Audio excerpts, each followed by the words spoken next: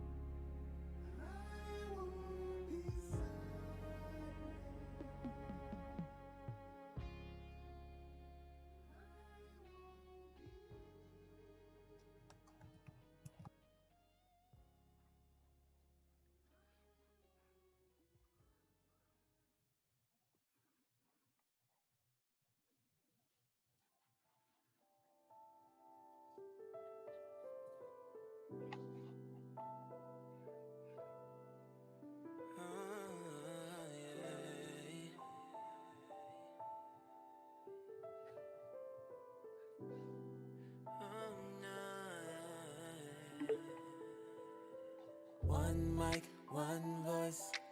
You can change the world, it's your choice. One mic, one voice. You can change the world, it's your choice. One mic, one voice. You can change the world, it's your choice. One mic, one voice. Welcome to the One Mic, One Voice show, building the collective conscious. A show that's created to give space where your voice, ideas, and informed opinions can be heard, appreciated, and debated. I am Michael Eric Owens here in the One Mic studio once again on this rainy day in Oklahoma. But you know what? It's going to be dry in here. It's going to be dry and hot. I have with me today, he's no stranger to the One Mic, One Voice show. He has been here before. He has delivered critical analysis of topics that we have shared on this show. And today, folks, I know you've been following it online, which you should have been. And it's been, what do I want to say, a very disturbing time for education here in Oklahoma. But today I have my good friend, Dr. Paul Ketchum. He is an assistant professor of criminal justice for OU Extended Campus. Before teaching for the College of Professional and Continuing Studies, Dr. Ketchum was an assistant professor for the University of Oklahoma Department of Psychology. He received his PhD in psychology from sociology from Texas A&M University. His research focused on racial attitudes and the impact of race on the juvenile and criminal justice system. Again, I said he teaches for the Department of Sociology. Before pursuing his doctorate, Dr. Ketchum taught middle school and high school in inner city Los Angeles. So he has been where the rubber meets the road. And he's worked with at-risk juveniles in Texas. Doc, welcome to the show. Well, thank you. Real quick, sociologist, not psychologist. I know you had it in there. I'm also with PAX, criminal justice and PACS over at OU right now. I was before that with sociology. I also teach as an adjunct still for sociology. Wonderful. That's what I meant. Thank you for that correction, my friend. I was afraid somebody would be listening. And go, wait a second. So we had this House Bill 1775 that was signed into law. This bill that bans critical race theory being taught in Oklahoma. And I just want to, for reference, Oklahoma is not the only place. Idaho, Tennessee, North Carolina, and there's various bills throughout the United States that are being written right now to do the same thing. Oklahoma, Texas is working on one as well. So let's first of all talk about what is critical race theory. Sure. Critical race theory. It's it's rooted in started late 1980s, early 1990s. Um, but much of it came out of this idea of we have this regime of white supremacy, of white privilege in society. Even though we have laws and constitutional guarantees of equal protection of laws and all this, we have our reality is different than what the rules say is supposed to how society is supposed to work, how U.S. society is supposed to work. So this critical race theory takes this critical approach to examining racism, and it's really looking at progressive political struggles and for racial justice in this case, and critiques of how the legal system and even academic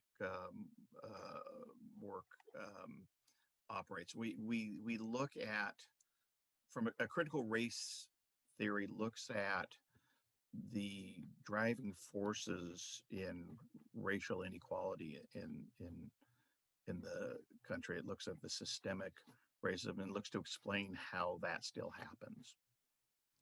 And what are students taught when because you teach critical race theory? What are students taught? Yeah, and it's weird because if you had a chance to look at the bill or the law now, it's like a page long.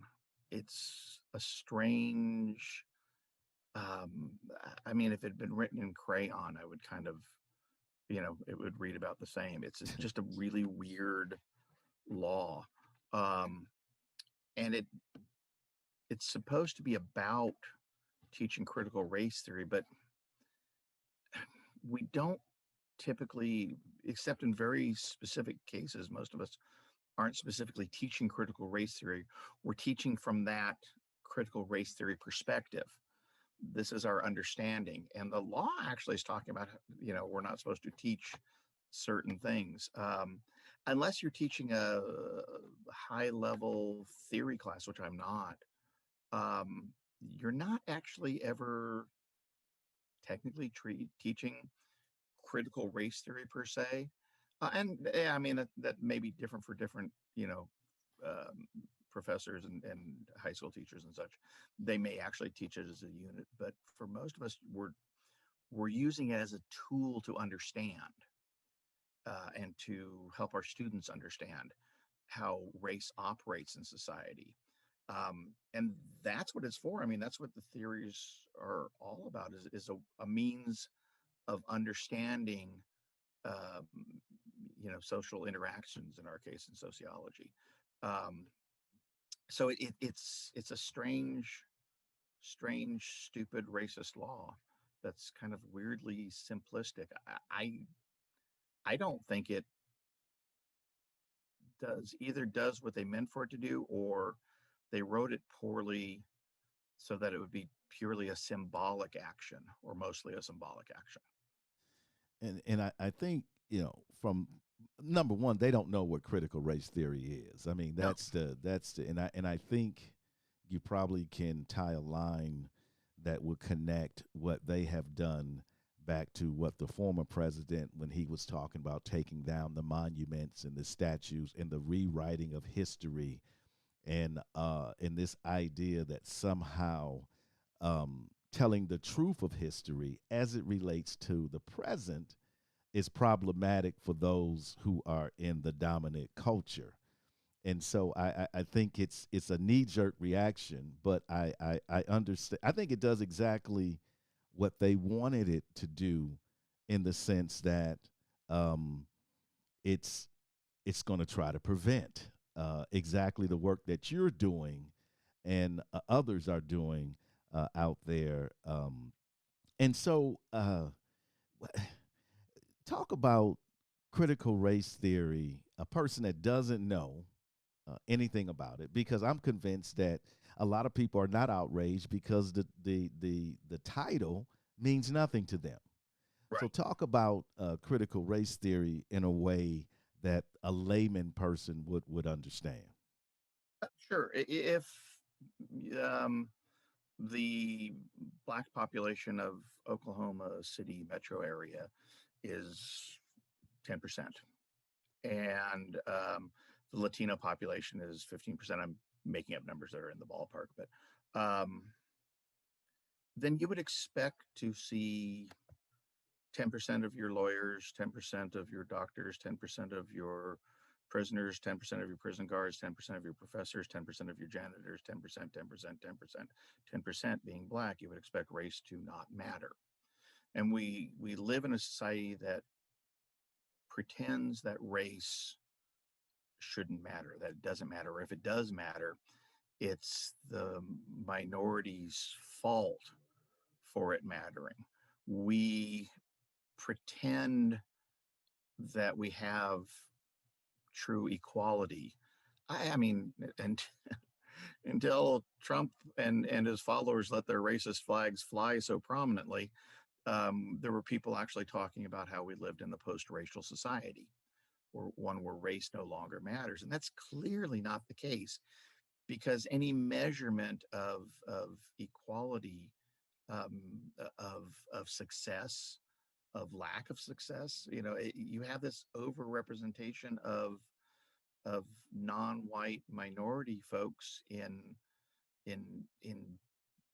what we'll call euphemistically bad things, and an overrepresentation of non-whites in bad things, and an underrepresentation of non-whites in good things, an overrepresentation of whites in good things, and an underrepresentation in bad things. And from a critical race theory perspective, we're really trying to explain why this happens. You mentioned my work. I think you did, or I was imagining you were talking about my work. Either one's possible. Um, when you live in your own head. But Mitch Peck, my co-author, and I, he's a professor with sociology. We have a book coming out on disproportionate minority contact, which is the overrepresentation of non-white youth in the juvenile justice system, and we focus on the Oklahoma City area. Um, and the common explanation for it is that non-whites, including non-white youth in this case, are just more criminalistic. Our research, which is consistent with other research, shows that there's no difference. Exactly. So what we end up with in the justice system is we have this small example, and I mean numerically it's very small, of very criminalistic, high levels of criminality, violent crime from a small group in a certain area. And if they're black or Latino or Asian or Native American, we take that and we apply that to all of those people. So if you're a middle-aged black man driving down the road, you're treated as if you are this young criminal from this very small group that's high risk of crime, whereas I'm not. And this is where critical race theory comes into play. We're examining the excuses we use, the reasons that we allow this to happen. Um, Black men and women are being shot too often by police officers, being beaten um, and we're pretending it's because they've done something to deserve it somehow. They didn't, do whatever ridiculous hoops they were supposed to jump through to, you know, walking in your neighborhood while black. God forbid. And so this is where critical race theory comes in to examine this kind of stuff. And I also and thank you for pointing that out. I also would like for you to talk about, because I think part of this bill wants to avoid those topics. It wants to I, avoid slavery. It wants to I, avoid all of those topics, so that students simply don't know. well, the entire bill is basically a giant "you can't force us to learn about inequality" thing. I mean, that's what it is. I suspect, I don't know that this is true in any way, shape, or form. I mean, I wasn't there when they were putting this together, but the timing really reeks, where OU, after years of racial issues, of issues of racial discrimination, very public ones, has put together a program that requires all freshmen to take a class on diversity. And they're looking to hire some big dogs. I mean, they're looking at really talented people to run this program. I know they headhunted. He had to walk away because he got a great retention offer from University of Connecticut. But they were headhunting my good friend David Embrick, who's a really well known race scholar, to run this program. And I know they're looking at people equal to him or even better. Um, and all of a sudden, when OU was finally doing something very positive about race, it's a big step for them. Um, all of a sudden, this bill comes up. My gut tells me someone somewhere was like, "Oh man, we got to stop this." And I honestly think that this is what this is all about. And they kind of threw in some other stuff. So do you? So how do you think OU is going to respond? I mean, you don't make They've these told us, decisions, I but okay, can't, yeah, I can't speak for OU yeah. officially on this because I'm not privy to a lot of what's going on. Um, but they have said publicly that they're still going to run the program, but they now just can't make it mandatory. They're going to just strongly encourage Mm. it.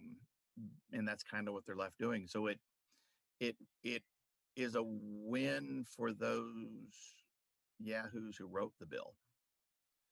For those who want to pretend racism isn't around, and they think that universities are and high school, excuse me, are all about trying to brainwash people. And it Um, it appears to be an omission and an attempt to rewrite history and oh yeah, and it's interesting because when I canvass what this country has been through, and the idea of every time there's been some semblance of progress, there's a pushback, and this is, I think, in the bucket, if we could say, of pushback, along with voter suppression and new voter laws and purging of rolls and so forth. This is another one in the toolkit to turn the clock back. And we'll get into some specifics of the bill, because I just want to get your comments on some of that. But just briefly, what would your advice be to teachers out there in high school, and professors, that this has been the core of their career in infusing critical race theory into the curriculum? What advice would you give them? I'm putting you in a dangerous spot, Doc, because I no, know. no, you're not. And I'm happy to actually address this to the best I can. I would first see what your university or high school superintendent or whatever the case is, if what their thoughts are, if they're going to back you or not, then because then you've got other decisions to make. OU has very openly said we've got your back, and I don't always trust large institutions on stuff like this, but I kind of think they're going to do it on this one. I mean, I really do. There are people there like the Dean of Arts and Sciences, David Robel, who like me, middle-aged white guy, but he walks the walk. And this, pushing back against this kind of stuff matters. And there are other people, in administration. I mention him because he's very visible and vocal about it, and I know I can, I'm not incorrect in any way, shape, or form. Or Absolutely. worry about me saying this. And there are others who are more quiet about it, um, for political reasons or whatever. But yeah, I think the university will actually back us if something happens. School superintendents, I know Crooked Oak superintendent said, you do your thing. Um, uh, but check and see, what is going on if you're out there teaching it. But as you look at the law, well, as you said, we'll talk more specifically about the law a little later. But if you look at the law, you can still teach from a critical race theory perspective without running afoul of the law as it's written, as I understand it. It's just that poorly written. And again, it's I think symbolic more than anything else. With the exception of big programs like OU's, new diversity program. It's just a way of saying, hey, Trumpsters, we're still with you. We're still going to fight for white supremacy. We've got your back, because that's what this is about.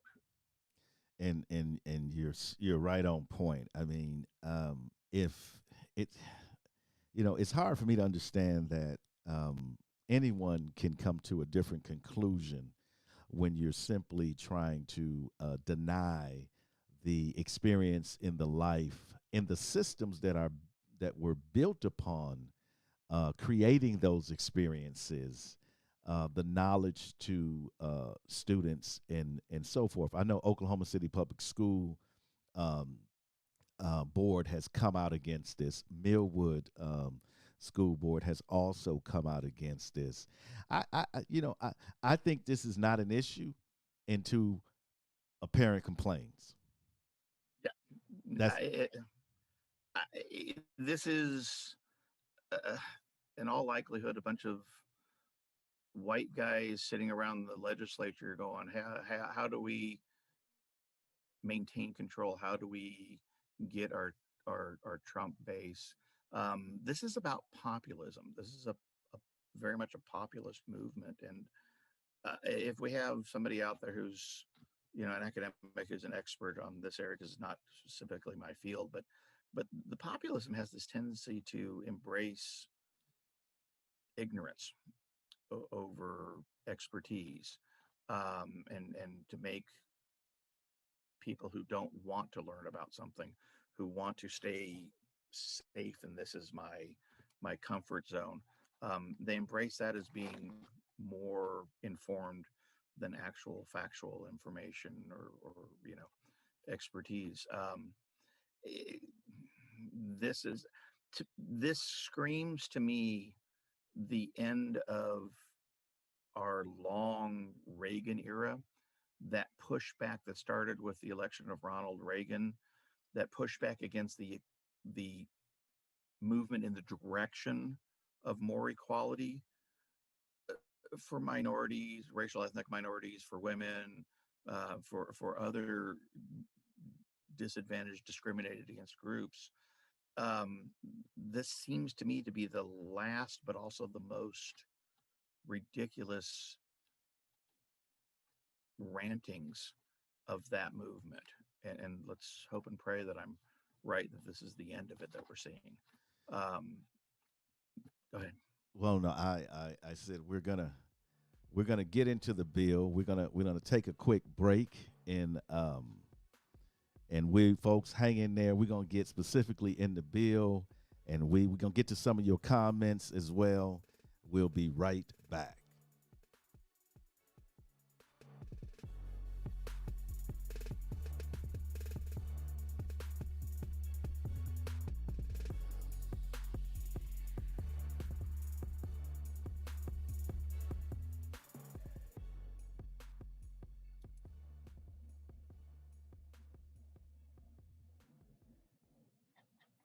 This is Michael Eric Owens, host of the One Mic, One Voice show. I want to give a shout out to all of our listeners all across the globe. Thank you for your undivided attention and for your conversation. You can catch us every Sunday on YouTube, 12:30 p.m. Central Standard Time. And you can also catch us on Podbeam, Stitcher, Spotify, iTunes, on any one of those lovely, wonderful podcasting platforms you love to listen to. Please always remember, you can change the world.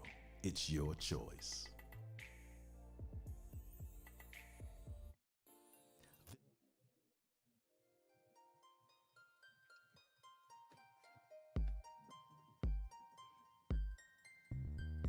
Welcome back, folks. We are talking about critical race theory. I have with me Dr. Paul Ketchum, sociologist. Let me make that clear. And we're talking about Oklahoma House Bill 1775. And we want to, let me get to, first of all, Arthur says, great topic. We appreciate that, Arthur. And I also, there's a comment here, Doc, that says, from Learning Tree, says, is there even a curriculum for critical race theory for K through 12 education? Not that I'm, well, I guess it depends on how you define critical race theory.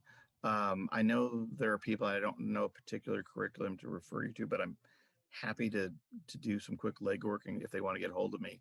Um, I know there are people out there that have developed curriculums utilizing a critical race theory approach. Um, I don't know of any for kids that are specifically teaching critical race theory as a theory. We just typically, whether it's the right way to do it or not, we typically reserve teaching particular theories to a little later in the educational system. So depending on what they mean by that, um, uh, you know, that's probably my best answer. And I think the to contextualize that, if you are talking about systemic racism, if you're talking about the challenges that minorities have faced in this country and the systems in which I think they are oppressed by those laws or societal, as we want to say, constructs, then you're really teaching critical race theory. And I think the question might have been more of a more is there a basic design that teaches the theory of it, and I would assume that there Yeah, probably so. I don't have one off the top of my head, but I'm really easy to find online. Yeah, Um, give us how can they get in touch with you, Doc? they can email me at OU. It's P Ketchum, PKETCHUM at OU.edu. And or just Google me. I show up. Um, You also answer Messenger too on Facebook, so yeah, I do. Yes, that's right. You can get hold of me on. You and I talk quite a bit on Messenger, and sometimes on your page too, quite a bit. Absolutely. We've been known to join forces in discussions more than once. Um, but yeah, I mean, I'm happy to talk to people on an individual level. This is what I do. This is yeah, I do this because I really it's important.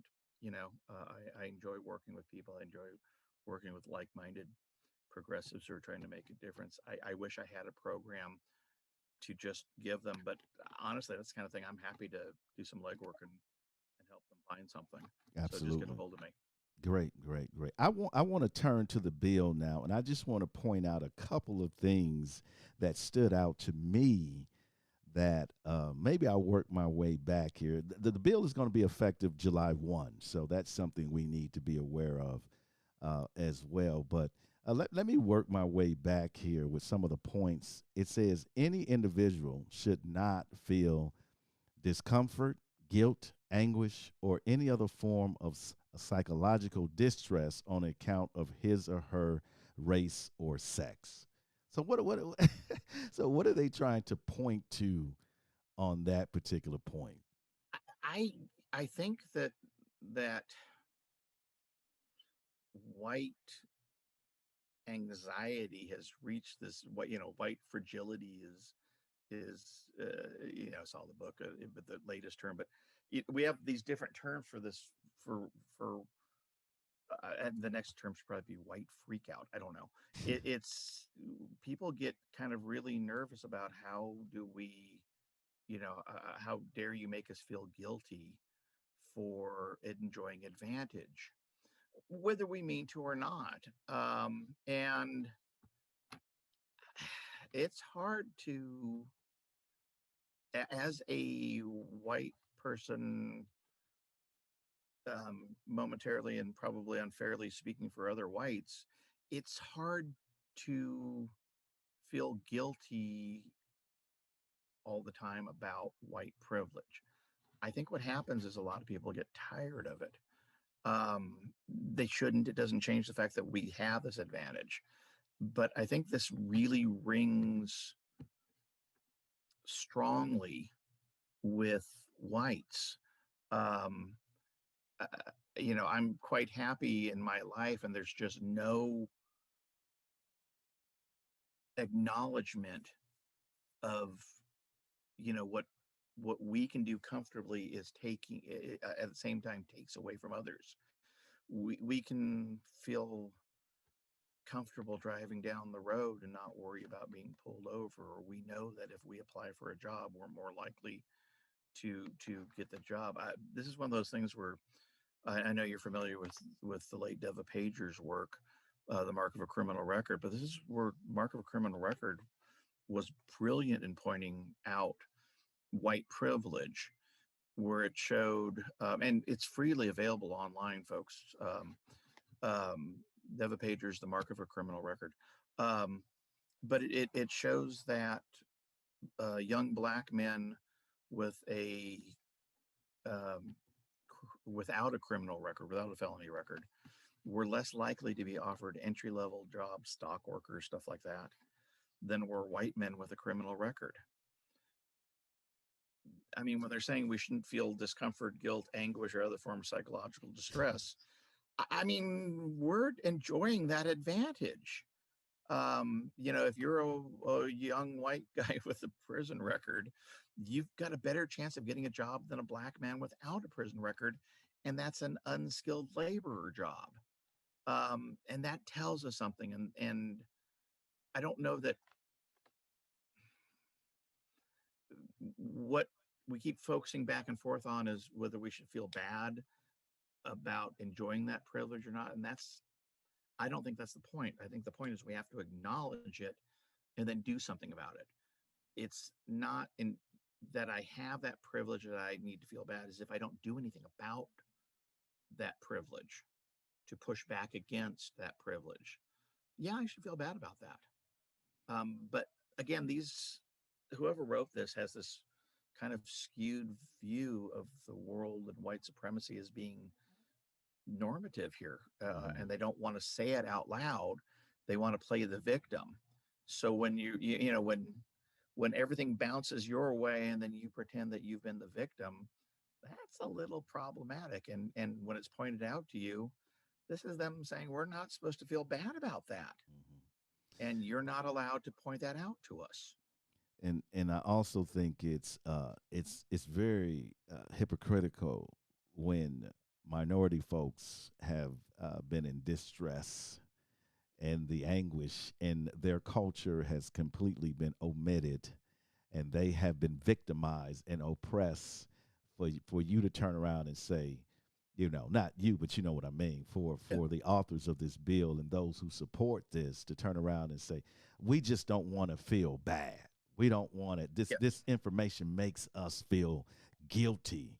And but what about those who are suffering? I mean, the reason that to teach this is to ensure that future generations are not in this situation, and that people are educated as well. And then, hey, Doc, this other one says here an individual, by virtue of his or her race or sex, bears responsibility for actions committed in the past by other members of the same race or sex. So you can't teach accountability No. according to this bill. So you can't talk about the Civil War in the fact that white supremacy was the reason behind that superiority, and that it was a given race that perpetrated that. Under this, you couldn't teach that. Well, this is in defense of the people who are out there screaming the Civil War was about Southern cultural pride. No, it wasn't. In fact, most states said it was about slavery. I mean, wrote it out. But and again, this is all about denial. Um, at some level, there's something positive in this law accidentally, in that it shows that the pressure from critical race theory is having some effect.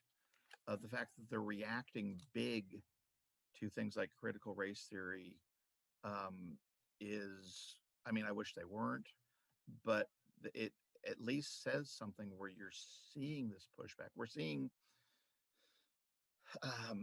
film and TV industries doing stuff that they never used to do, where, we see interracial relationships without making a big deal out of it. So often now we see more often, and we're not there yet, but we're seeing a concerted effort to normalize um, racial differences as if they're everybody's less different. Um, and I think it's freaking out a lot of the Trumpers, and I'm kind of okay with them being freaked out about it. I mean, I hate this law because it makes our job much harder, or that much harder at least. But again, I don't think it's going to change a whole lot in the state. It'll slow down things like, the program at OU to teach diversity to all incoming freshmen. But I don't think it's going to do much at the individual level. I don't think most of us are walk into the classroom and say, hey, if you're white, you need to feel bad. I think we point out what's going on, and then your reaction to feel guilt from that or not. I mean, maybe you know, maybe you don't empathize with others, Yeah, yeah. but that is something that each individual is going to either feel or not. If if they are feeling discomfort with white privilege, then we've done our job right. But we didn't do it to make them feel discomfort. We did it to objectively show them how society operates, or in this case, how race operates in society. Our goal isn't to brainwash anybody, to indoctrinate anybody. Our goal as educators, as it's always been, is to teach students how to think critically and how to weigh objective facts and come to a rational conclusion. This law is an attempt to stop that process. And Uh, and I think not to cut you off, Doc, but to add to what you were saying, this idea of um, another assault on truth, really, on reality, on facts versus another narrative that I think so. I shouldn't say so many, but there's a large number in this country that simply um, don't want to discuss truth.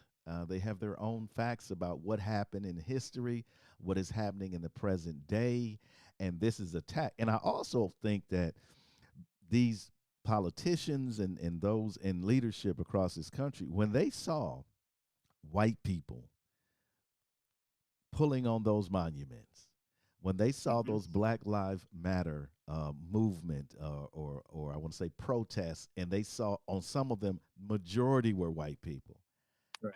and I'm gonna use your term, it freaked them out, and they Yeah. said, you know what, we have to do something about this because if the truth gets out, then as you said, um, that's the time of decision. If you have no empathy, then you just move on. But clearly, there's enough people in this country that are empathetic, and when they hear the truth, they're disturbed by it.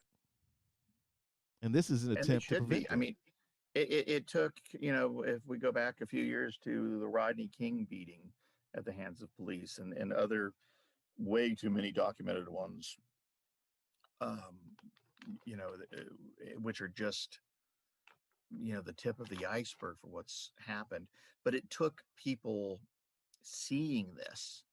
It took the world witnessing via video the murder of a black man as a police officer purposely knelt on his neck and cut off his air until he died. The purposeful murder of a guy who hadn't done anything particularly wrong. I mean, just, death penalty for, what was it, selling cigarettes or It something? was for supposedly a counterfeit $20 bill. That's right. Yeah. And what's weird is there's so many of I them. know you're talking You can about Eric start Gardner. confusing. That I know. Yes, you Yeah, can. you get. There's so many of Yeah, these that are just it's so yeah, absurd. it's What horrific. were a kid using a toy gun, which clearly has a marked red barrel, getting shot. I Tamir just Rice. all of them keep coming together, and we keep doing this, and we want to pretend it's not differential treatment. If this was happening to white people, the world would blow up. If police departments treated whites the way they treat blacks, there's just about every major and mid-sized department has done a study now on traffic stops, race and traffic stops. And I finally quit. We were just looking for a bunch for just to make some points in our book. And I quit after about 80 or so. Every single department found that blacks were stopped at a much higher rate than whites were, just traffic stops. And every single one of them also found that blacks were less likely to have any kind of contraband than whites were. I don't think blacks, in fact, I know blacks aren't any different about criminality than whites are. It's just no difference. But blacks also know they're more likely to be stopped. So you have the opposite of what the police think is happening going on. We keep proving it, but nobody wants to really do anything about it. We want to kind of mention it. I had some officers who were, kind enough to come into my one of my classes and talk about Black Lives Matter. Mitch Peck and I teach a class on policing in the era of Black Lives Matter, and we had some officers from Oklahoma City PD come in literally weeks before the protests in Oklahoma City, and they were all telling us, Black Lives Matter gets along great with us. We don't have any racial problems here. And some of them were taking pictures with Black Lives Matter protesters, and then the same ones were later not. And these were not, to my knowledge, the same ones that were in my classroom, but but some of the same officers who were taking selfies with protesters earlier in the day were, beating them or pepper spraying them or whatever the case was later on. It's just it's those last gasps of pushing for the continuation of white supremacy. And I think enough people, I think we're hitting that critical mass where enough people are saying enough, much like what happened in the 60s, 50s, and 60s. And I think the pushback is even going to be stronger with these states, basically just a copycat of what's happening in other states. And this point here, this first point, it says no teachers or administrator should be doing these things. This applies not just to um, um, the university, but it applies to charter schools, even virtual charter schools. Um, that one race or sex is inherently superior to another race or sex. I mean, in other words, you can't talk about white privilege. You can't talk about white supremacy. You can't talk about any of these things because, in the end, you're going to make somebody feel bad. But you also have to remember, these are the same people, the people who wrote this are the same people that keep telling us that blacks, Latinos, Native Americans, Asians are advantaged in society and whites are disadvantaged. So these are the same people, and we have surveys that show this, and these are the people that think that it is a disadvantage to be white in society, even though there's no numbers that support that at all. Nothing does. But in their warped world where the the bullies, the victors, are the victims, this is what they think is going on. So they honestly, I'm sure they're thinking, they're sitting here going, those critical race theory people are telling us that whites are bad and blacks are good and Latinx are good and Asians are good, but whites, got to remember, whites are bad. And that's not what anybody I'm aware of does, and that's not consistent with critical race theory. We're looking at societal level patterns here. We're teaching about what, I mean, this is why implicit bias training doesn't work for police officers. Race is not about individual beliefs, it's about systemic racism. It's about how the whole system works together in all of these different Absolutely. ways to to reinforce racial inequality, to advantage whites. And these are people who are taking this critical race theory as a threat to their white privilege, and because it's a threat to the white privilege, they think it's attacking them. And I suspect they genuinely believe this. It doesn't change that they're wrong, but I suspect that they genuinely believe this. What would you say to a white male? Because what I've seen uh, in the modern movement to fight against the atrocities that are happening to women, to black and brown people in this country, the majority in the, if we want to, yeah, I hate even calling saying a white race because we know that's constructed and what does that mean, but uh, the majority are women that are engaged, that are speaking out, that are uh, becoming allies in the movement. What would you say to a white male? You're a white male and you're progressive and you have been teaching these things, but to the conservative white male that would listen, what would you say to them about their understanding and approach to not necessarily critical race theory, but to racism in general, systemic racism? What would you say to them when they say it you know, I'm disadvantaged and and they everybody's equal and everybody has the same rights? What would you say to them?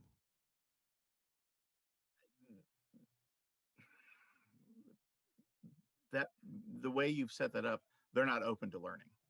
I'm going to give off topic, but an analogy.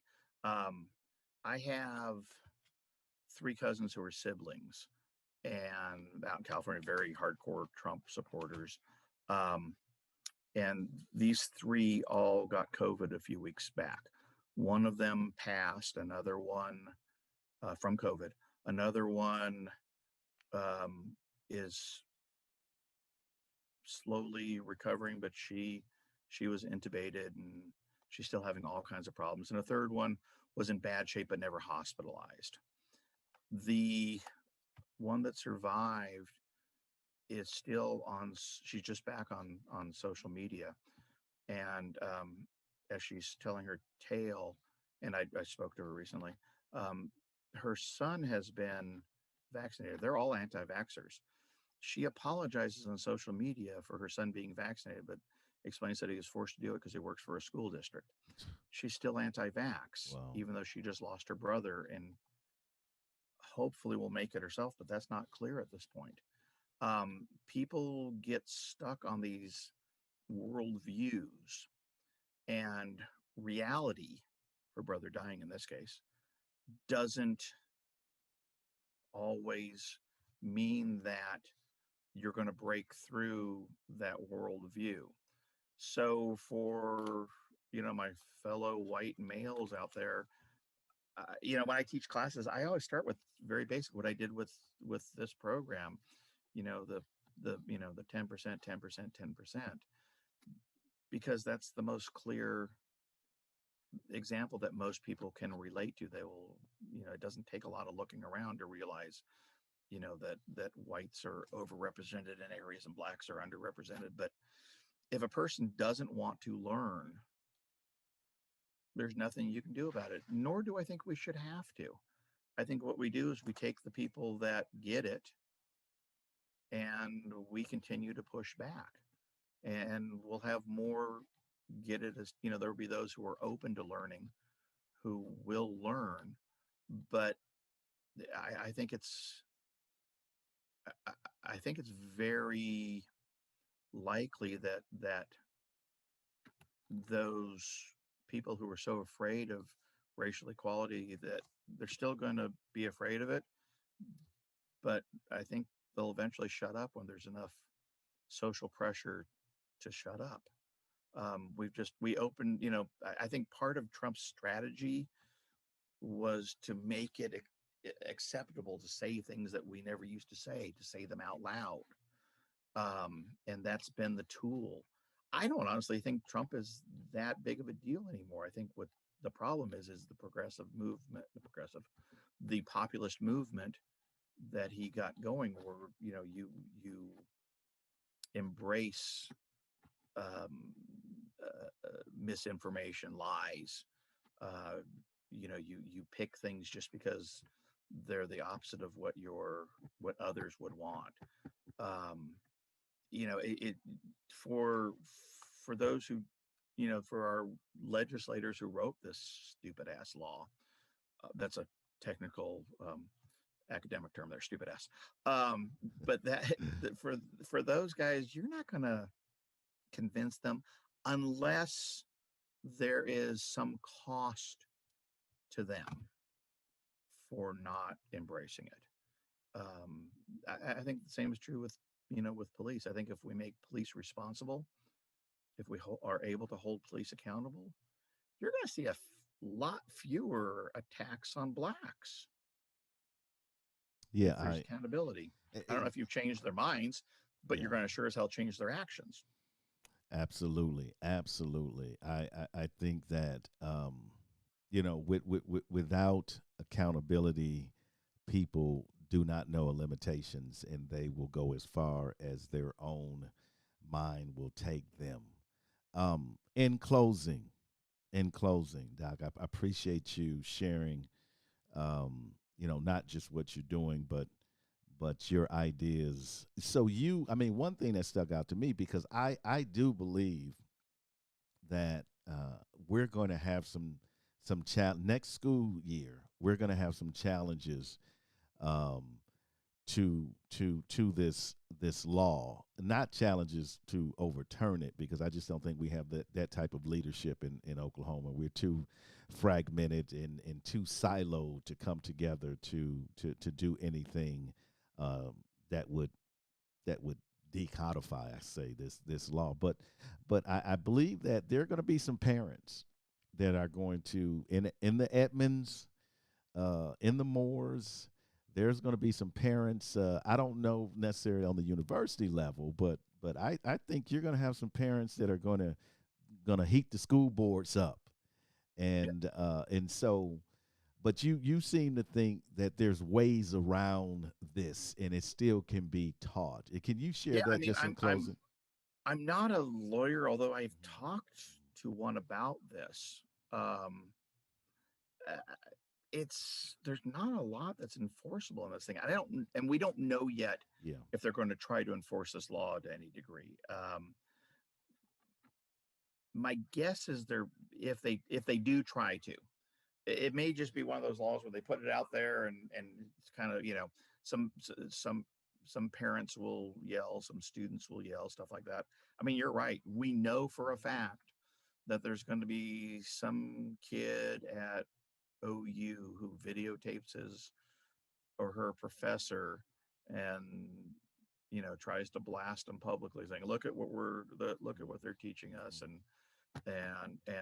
um, and there will be high school students, and we've had it happen. You and I were talking about it before the broadcast, I think, but Norman High School a few years back had a Norman North had a teacher who was a very popular teacher who was teaching from a critical race theory perspective, and some student videotaped him in class, and it goes right to this section you were talking about earlier. He's talking about how as whites we bear responsibility, and he's a white teacher. Um, as whites we bear responsibility for white privilege, and she videotaped, showed to her parents, and her parents went ballistic. On the plus side, this entire school came out and supported the teacher, and the then superintendent was fully backing him. But you're going to get those challenges. I just don't know what the justice system is going to do with it. If they do go after it, I'm probably the best test case, because I teach race in college. Plus, I teach concurrent enrollment in, well, starting this fall, 2 high schools, um, Crooked Oak and Star Spencer. Um, and I teach from a critical race theory perspective. I'm teaching social problems this fall in both classes, but I'm not teaching specifically critical race theory. Um, I'm as good a test case as anybody is, and I qualify retirement. I hit a rule of 90 here in a couple of years, so I mean, if they want to use me as a test case, I'll do it. But I don't think it'll honestly come to that because it's so indefensible. I think the courts will slap it down pretty quickly, and my gut tells me they'll do it under First Amendment, and that's what my lawyers seem to think too. Yeah, and My that's lawyer friend. yeah, I've heard that. I've heard that protected speech argument as well. So, hey, again, I want to thank you for taking the time to come on One Mic, One Voice. We It's always a pleasure. always love having you here, and we're gonna continue this conversation because I know as we move into the fall, there's going to be some uproar about this, and I want to, once you get back in the swing of things, I probably want to pick your brain and see how you are navigating through it in the conversations that you're having with others in the field that are doing this as well. Just one more time, Doc, if you could give out your contact information, that would be great. Oh, sure. It's P Ketchum, Ketchum at ou.edu. And as I said, you can always catch them on social media. So, Yes, I'm easy to find. Um, so and next time we catch up, if I'm in an orange jumpsuit, that I was partially wrong on some of this. Some of my predictions went a little astray. hey. So we may end up appealing to your listeners for I don't know, bail money or something. Hey, I got a little stash back, Doc. Okay. I'll be down there to come get you. But thank you so much. History will speak of us somewhere in the distant future. A scribe will reach down deep into the archives of our time, and what will she find? Will she discover that we overcame our differences? Will she find that out of many we became one? Or will she find that we solved nothing and remain a divided peoples? Yes, history will speak of us. We can make a difference if we try. We can be the change that's in our lives. All we gotta do is work together. We gotta raise our children better. We gotta stop the hate, and spread the love. One mic, one voice. You can change the world, it's your choice. One mic, one voice. You can can change the world, it's your choice. One mic, one voice. You can change the world, it's your choice. One mic, one voice. You can change the world, it's your choice.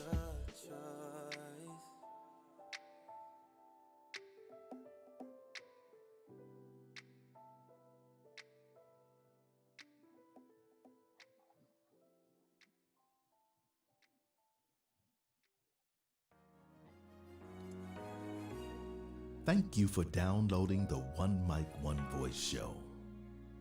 Take a moment and subscribe and share. You can find us on Spotify, iTunes, Podbean, Stitcher, or any other podcasting platform. Thank you for your continued support and for your voice.